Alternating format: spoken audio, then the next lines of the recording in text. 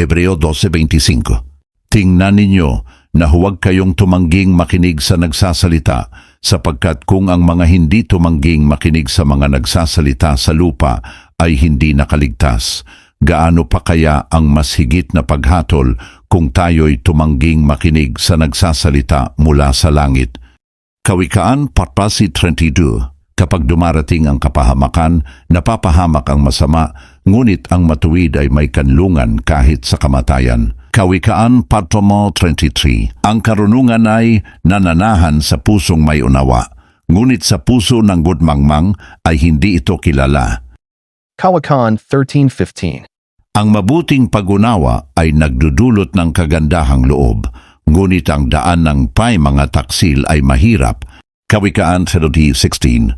Ang bawat pantas ay kumikilos na may kaalaman, ngunit ang mangmang ay naglalantad ng kanyang kamangmangan.